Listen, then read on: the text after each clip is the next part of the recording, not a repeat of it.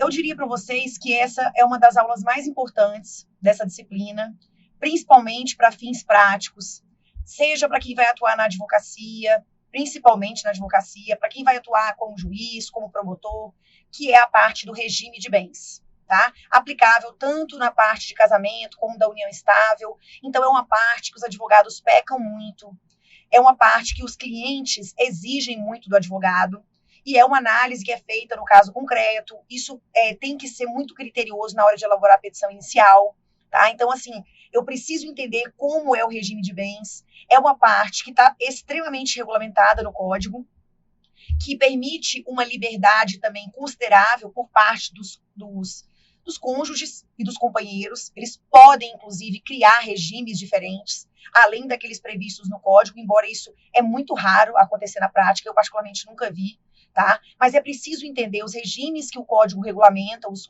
regimes típicos, certo? Ver como funciona na prática e mais, né? O nosso material está riquíssimo de jurisprudência, porque é preciso entender como os tribunais superiores, eles entendem, né, como eles decidem a respeito do que é possível fazer dentro das partilhas. Então, assim, regime de bens é como o casal resolve tutelar as relações patrimoniais. Então, Raquel, se o casal vai ficar junto a vida toda, beleza. Só que essa parte do regime de bens, ela também vai ter uma repercussão, sabe aonde? Lá no direito sucessório. Porque lá no direito sucessório, vocês vão estudar tudo sobre herança. Só que lá, na hora de fazer, por exemplo, o formal de partilha, o inventário, eu vou precisar separar a meação da herança. Então, eu vou precisar também entender do regime de bens. Então, se você não fizer uma boa preparação agora comigo, na parte de regime de bens, semestre que vem, vocês terão dificuldades na parte de sucessões também. Então, por favor, né, além do nosso material, façam as leituras, né, façam análise de doutrina, né, tem aí Flávio Tartucci, tem o professor Pablo Stolze, maravilhoso, tem o Cristiano Chaves, façam, né, busquem a doutrina também para complementar esse estudo, porque é uma parte, gente, muito, muito importante, certo? E aí a gente vai começar, gente, né, para variar um pouquinho, a gente tem que começar com a música, que eu acho que tem tudo a ver, né, com essa parte de regime, porque vocês têm que entender que a parte mais interessante do regime de bens é quando o casal o quê, gente? Quando a união estável se desfaz, quando o casamento, ele é dissolvido, né, o vínculo conjugal através do divórcio, ou o casal se separa. Então, aí o quê, gente? O casal vai pedir o quê? Se a gente vai divorciar, é preciso fazer a partilha.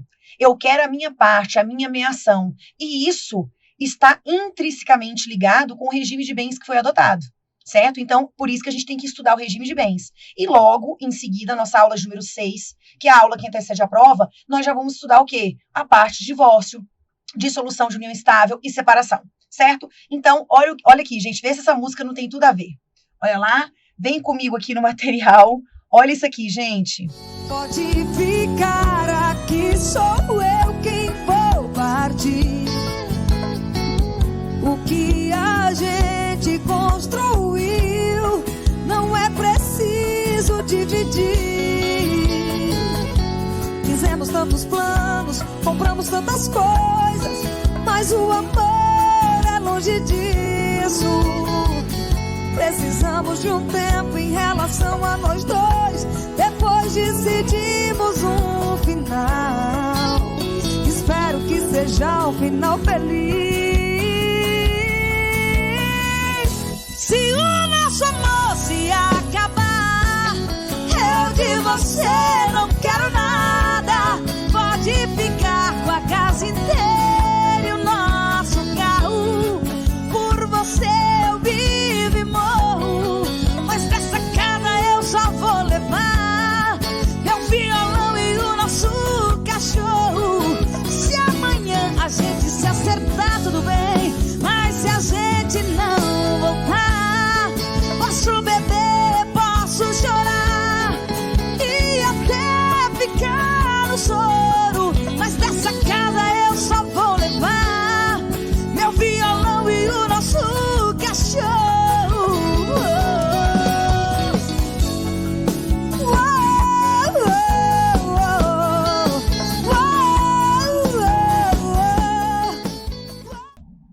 Vamos voltar então para a nossa realidade, né? Essa música foi um sucesso, né? Da Simone e Simaria. Gente, uma música também bem, né, ficção científica, né? bem ilusão, a pessoa, depois que termina a relação, fala assim, olha, eu não quero ficar com nada, pode ficar com tudo, eu só quero levar o violão e o nosso cachorro. Não é bem assim não, viu, gente?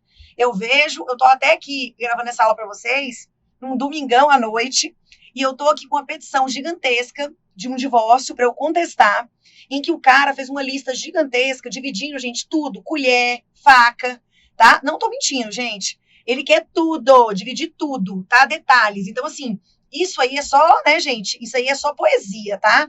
Na verdade, o casal, ele realmente, né, quando... O que acontece, gente? As dissoluções, quando a gente tá falando de um divórcio consensual, né, o casal chega num denominador comum, é mais fácil. Normalmente, eles fazem uma divisão ali amigável quanto aos bens móveis da casa. Então, fica para fazer uma divisão mais...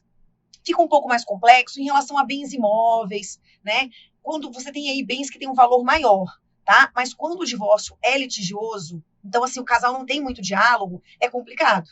Porque aí eles vão querer o quê, gente? Os mínimos detalhes. Só que, nesse caso, a atuação do advogado é ainda mais importante. Porque eu tenho que saber quais são esses mínimos detalhes. Raquel, dependendo do regime, o que se comunica, quais são os bens que se comunicam, né? O que eu posso pedir a partilha, o que não entra, para que eu não né, para que eu não fale besteira. Nessa petição mesmo, eu posso até depois a gente comentar esse caso, mas aí sem, né, colocar o nome das pessoas, eu não posso, porque aí é segredo de justiça, é família, mas eu posso comentar o quê, gente? A questão dos bens, sem, né, expor o nome das partes aqui. Para que vocês entendam que o advogado fez umas besteiras lá, que ele não poderia ter feito. Então, e aí a gente vê o quê? Alguns advogados que não estão atualizados com a jurisprudência. Então, vou mostrar para vocês que estão apegados ao que o Código Civil está falando. Só que hoje não basta só o que o Código Civil está falando. E eu vou mostrar para vocês por A mais B a importância, principalmente na parte de família e sucessões, de você entender esse movimento da jurisprudência na criação dos precedentes. Certo? Então, mãos à obra. Como toda matéria, nós vamos falar um pouquinho dos princípios, e aí a gente vai também, o que, gente? Hoje eu preciso falar com vocês dos princípios, dos regimes de bens em espécies, e também falar sobre outorga ou vênia conjugal. Por que para praticar certos atos da vida civil, como ser fiadora, ser avalista, nas relações, principalmente contratos, né, mercantis, dentro do direito, por exemplo, empresarial, como ser avalista, como vender bens imóveis, se eu sou casada, porque em certas ocasiões eu preciso do consentimento do meu marido. Então, isso a gente chama de outorga ou vênia conjugal. Então, a gente vai ver, dependendo do regime que você se casa, você precisa realmente, sob pena desse ato que você praticar, ele ser um ato anulável. Então, são as 3 coisas que a gente vai separar hoje na nossa análise. Os princípios, os regimes de bens e essa parte de outorga ou vênia conjugal. Certinho? Vem comigo aqui no nosso material, gente. Olha que interessante. Coloquei aqui, ó, onde estamos no plano de ensino. Regime de bens, se é possível você fazer uma alteração desse regime de maneira superveniente, e também a outorga ou vênia conjugal. Tá certo? Aqui eu coloquei algumas ilustrações, bem engraçadinhas. Princípios aplicáveis. Primeira coisa, gente, lembra que eu falei para vocês que a parte, principalmente de casamento, ela é repleta de normas cogentes. Normas de ordem pública. Por exemplo, Raquel, qual que é a idade núbio? Vamos relembrar? Idade núbio são 16 anos. Aí, eu trouxe para vocês em aulas anteriores causas impeditivas, ok? 1521. Se a pessoa contrai o casamento, ela, né, casa-se com inobservância das causas impeditivas, o casamento é nulo. Se ela se casa com inobservância das causas suspensivas, o casamento é o quê, gente? Raquel, o casamento existe, é válido, é eficaz. Só que você tinha falado que a pessoa não pode escolher o regime do casamento, que o regime vai ser o de separação obrigatória, certo? Essas regras são normas cogentes, elas se impõem. Então, eu não posso afastar. O procedimento de habilitação para o casamento, vocês viram, ele é todo cheio de formalidades. O pacto antinupcial, vamos estudar hoje. Dependendo do regime que eu me caso, eu preciso fazer um tal de um pacto antinupcial. Então, essas normas, elas são normas o quê? Elas são normas estáticas. Eu não posso afastar pela minha vontade ou pela vontade do outro. Nem que eu e você, a gente concorde, né? O casal está aqui, a gente concorda mesmo assim. Só que dentro do regime de bens, é uma parte em que o casal tem a maior autonomia privada possível. Então, aqui, vigora o princípio da autonomia privada, certo? Vem comigo aqui, olha que interessante. Princípio da autonomia privada, enunciado 331 da 4ª Jornada de Direito Civil. o estatuto patrimonial, presta atenção, o estatuto patrimonial do casal, ele pode ser definido por escolha de regime de bens que seja diferente daqueles tipificados no Código Civil. Então, o Código traz opções, tá? De regimes, mas o casal pode escolher um diferente, fazer, inclusive, algumas misturas. Então, e para efeito de fiel observância do disposto no artigo 1528 do Código Civil, cumpre certificação a respeito nos autos do processo de habilitação matrimonial. Então, nessa parte de regime de bens, Raquel, quais são os regimes de bens? Nós temos hoje a comunhão parcial de bens, nós temos a comunhão universal de bens, nós temos a participação final nos aquestos, comunhão, separação obrigatória ou legal de bens e a separação convencional ou absoluta. Todos eles trabalhados aqui no material, tá? Então, Raquel, quer dizer então que os cônjuges podem misturar esses regimes? Podem. Por exemplo, olha, no que diz respeito aos bens móveis, nós vamos aplicar o regime da comunhão parcial. Mas no que diz respeito aos bens imóveis do casal, nós vamos aplicar o regime da comunhão universal. A gente pode fazer essas misturas? Podemos. Nós podemos criar um regime diferente desses todos? Podemos também. E isso deve constar lá no procedimento de habilitação para o casamento. Raquel, isso vale também para a união estável? Vale. E aí eu vou ter que colocar isso no contrato de convivência ou em algum documento escrito, que é aquilo que a gente mencionou lá no estudo da união estável, tá? Então, ótimo. Nós somos livres. Princípio da autonomia privada. Volta comigo. Princípio da indivisibilidade do regime de bens. Raquel, como assim indivisibilidade? Não é possível fracionar os regimes em relação aos cônjuges. Aqui também bem óbvio, tá, gente? Como assim, Raquel? Eu não entendi. Eu não tenho como falar assim. Em relação ao marido, em relação aos bens dele, nós vamos aplicar o regime da separação. Ou seja, os bens dele não vão se comunicar com a mulher. Mas em relação aos bens da mulher, eu vou aplicar a comunhão universal. Ou seja, os dela, né? Por exemplo, gente, o que é dela é meu também, mas o que é meu é só meu. Sabe aquelas brincadeiras, né? O que é meu é só meu, mas o que é seu é nosso. Então, não tem como fazer. O regime é um só para nós dois. Olha o que eu estou dizendo. Eu posso aplicar o regime da comunhão parcial para bens móveis, mas é para nós dois. Eu posso aplicar o regime da comunhão universal em relação aos bens imóveis, mas é para nós dois. Mas eu não posso aplicar um regime para você e outro para mim, porque isso fere a indivisibilidade, ok? Volta.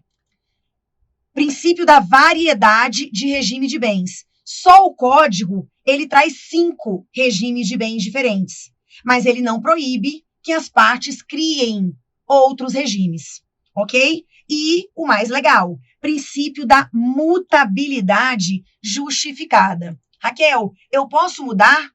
Gente, enquanto eu estou na habilitação para o casamento, eu posso mudar o regime? A gente foi lá, os nubentes, para fazer a habilitação para o casamento, eles escolheram um. Só que durante a habilitação, eles pensaram melhor. Eles querem outro. Então, eles vão lá no cartório e mudam. Eles não se casaram ainda. Raquel, mas eles se casaram. A celebração já aconteceu. Então, podem mudar? Sim.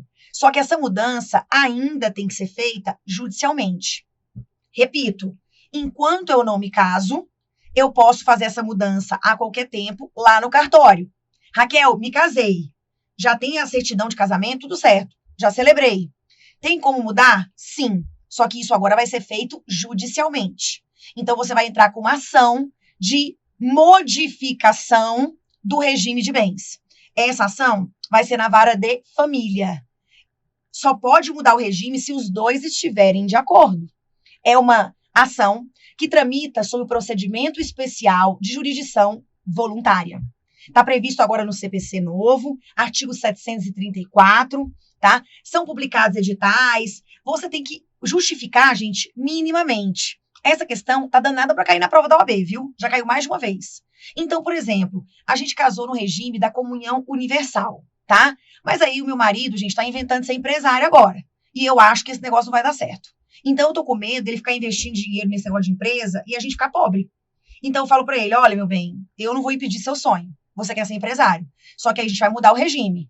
A gente, então, viveu até agora na comunhão universal de bens.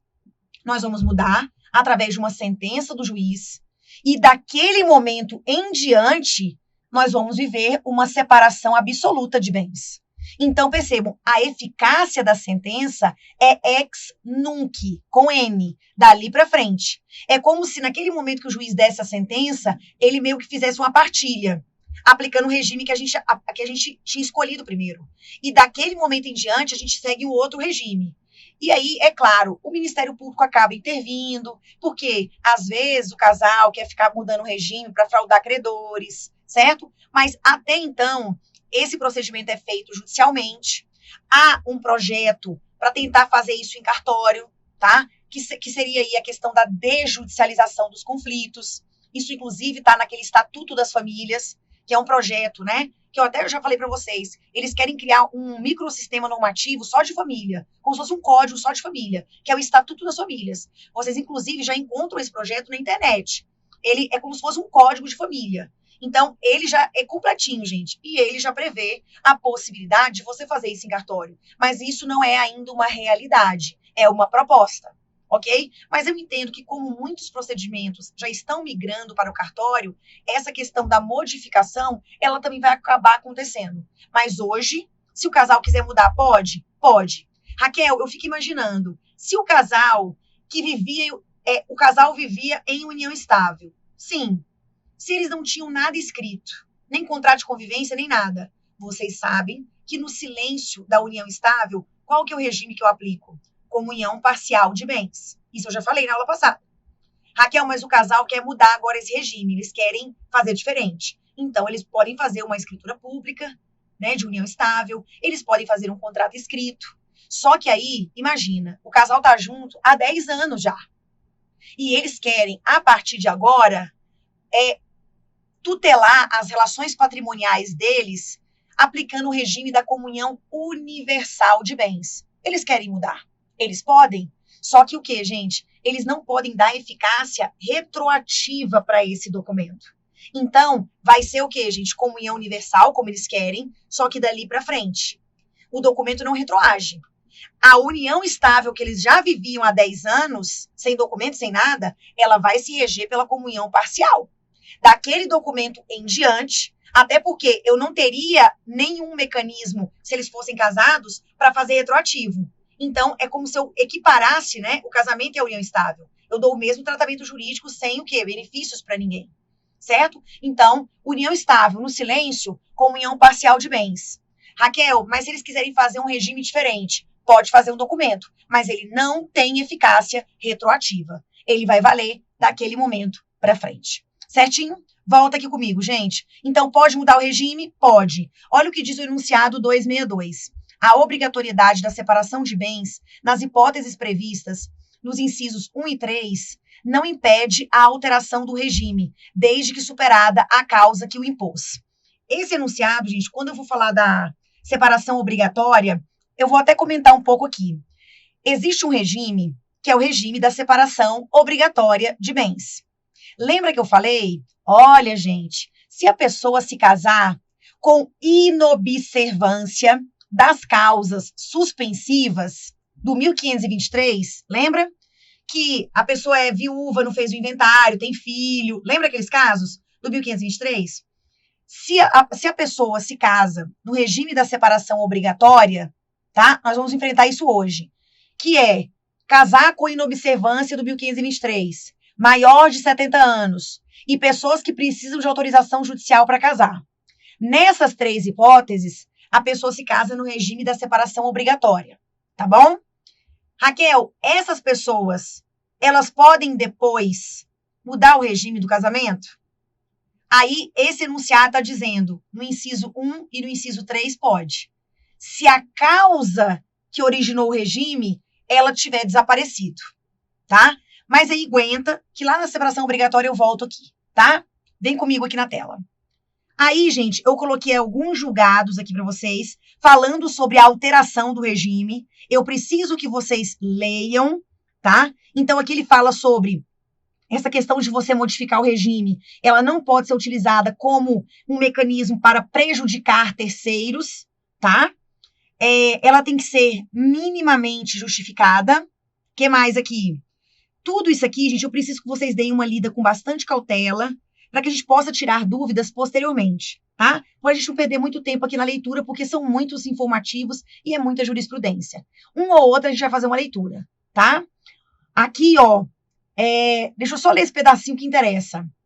Olha o item 3. No caso em exame, foi pleiteada a alteração do regime de bens do casamento dos ora recorrentes, manifestando eles como justificativa a constituição de uma sociedade de responsabilidade limitada entre o cônjuge varão e o terceiro, providência que é acauteladora de eventual comprometimento. Aquele caso que eu falei, o cara quer virar empresário, né, da esposa. Então, pode ter uma providência acauteladora de eventual comprometimento do patrimônio da esposa com a empreitada do marido. A divergência conjugal quanto à condução da vida financeira da família é uma justificativa, em tese, plausível para a alteração do regime de bens. Divergência essa que, em não raras vezes, se manifesta ou se intensifica quando um dos cônjuges ambiciona enveredar-se por uma nova carreira empresarial, fundando, como no caso em apreço, uma sociedade com terceiros, na qual algum aporte patrimonial haverá de ser feito e do qual pode resultar o impacto ao patrimônio comum do casal. Né? Então, portanto, necessária se faz a aferição da situação financeira atual dos cônjuges com a investigação acerca de eventuais dívidas e interesses de terceiros potencialmente atingidos, de tudo se dando publicidade. Certo? Então, julgado interessante, enunciado também aqui 113, falando sobre a possibilidade de alterar o regime de bens, tá? Gente, a parte processual. Raquel, você falou que a gente promove uma ação, que é uma ação de modificação de regime de bens na vara de família, tá? E é um procedimento especial de jurisdição voluntária. A previsão tá no 734. Não se esqueçam, aqui é do CPC, tá? 734 do CPC. Raquel, eu tenho uma dúvida. Esse dispositivo que permite o sujeito mudar o regime, mesmo depois de já ter casado, ele também pode ser utilizado por pessoas que se casaram antes do Código? Repito, no Código Civil de 1916, não existia essa possibilidade de mudar o regime depois de se casar.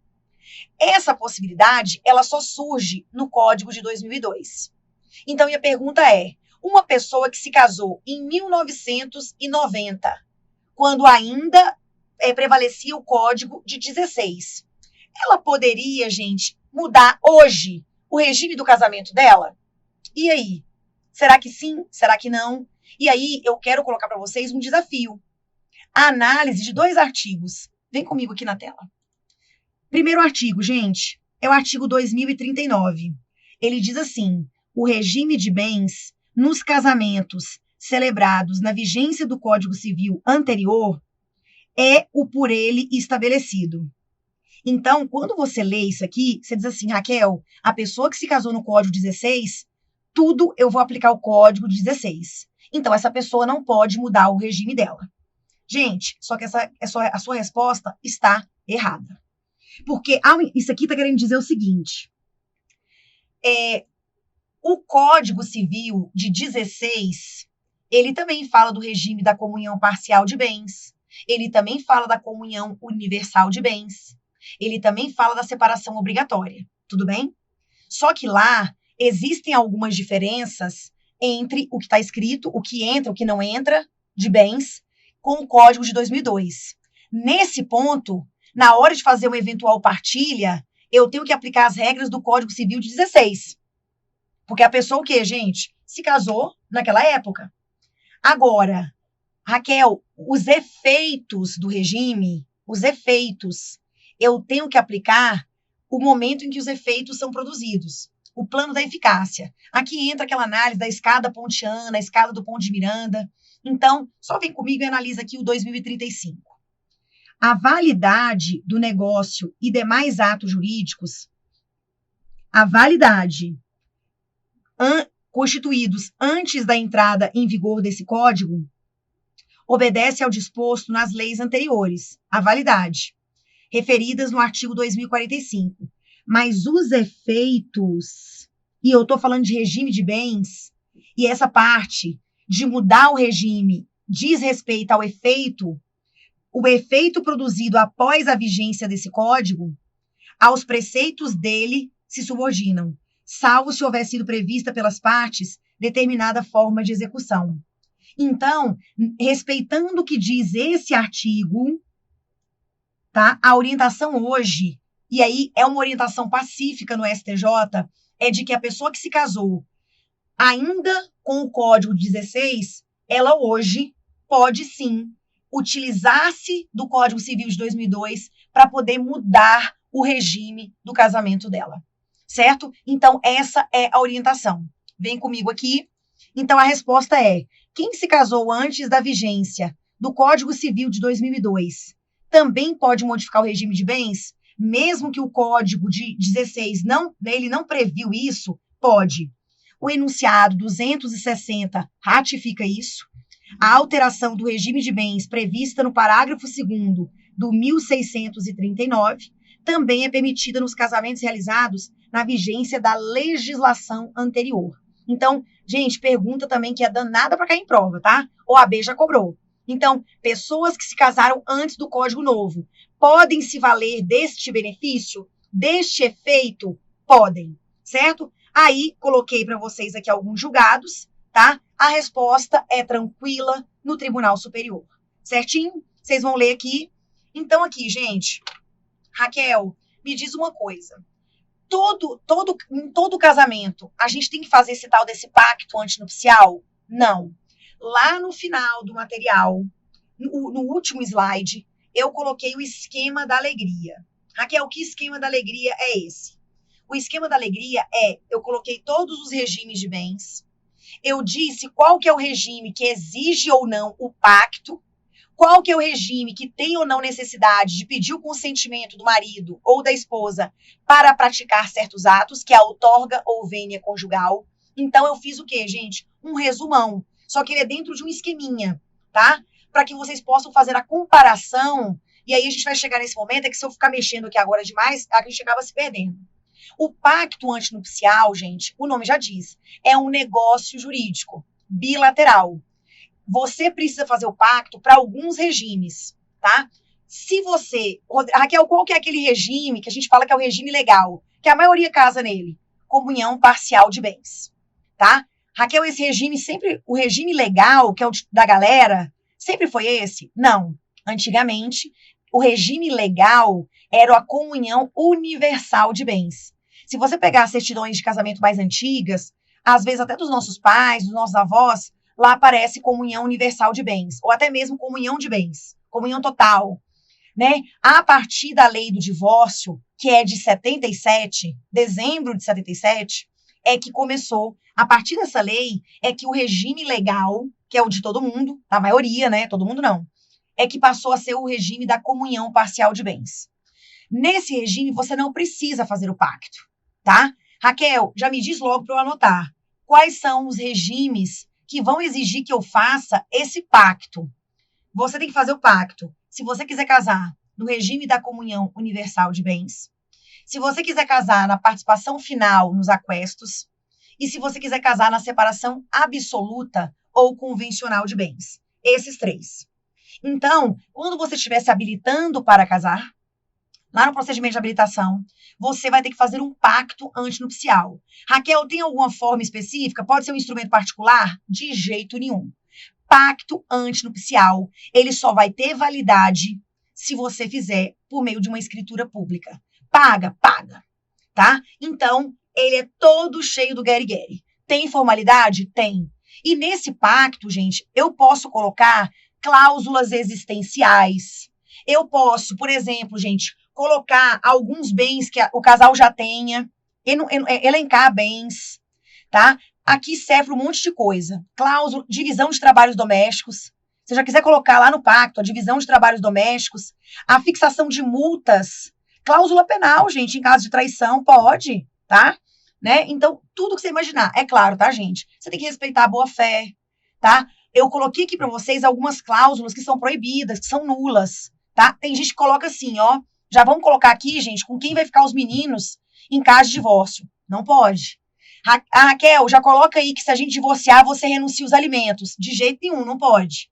Raquel, coloca aí que se em caso de morte, você já renuncia à minha herança. Não pode, é nula, tá? Isso aí é considerado um pacto corvino, né? Pacta corvina, um pacto sucessório. A gente já tá renunciando aqui, a gente tá tratando de herança de pessoa viva. Não tem jeito isso não, gente, tá? Então tem cláusulas que você não pode. Mas eu posso colocar cláusulas existenciais. Eu posso colocar, gente, até cláusula que envolve negócio jurídico processual, tá?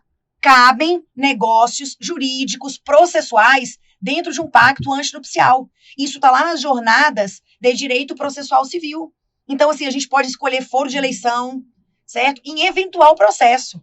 Só que as pessoas, gente, elas normalmente escolhem aquele modelo padrão lá do cartório, né? Então, a gente pode, tá? Isso dentro de um pacto antinupcial, certo? Então, vem comigo aqui no nosso material.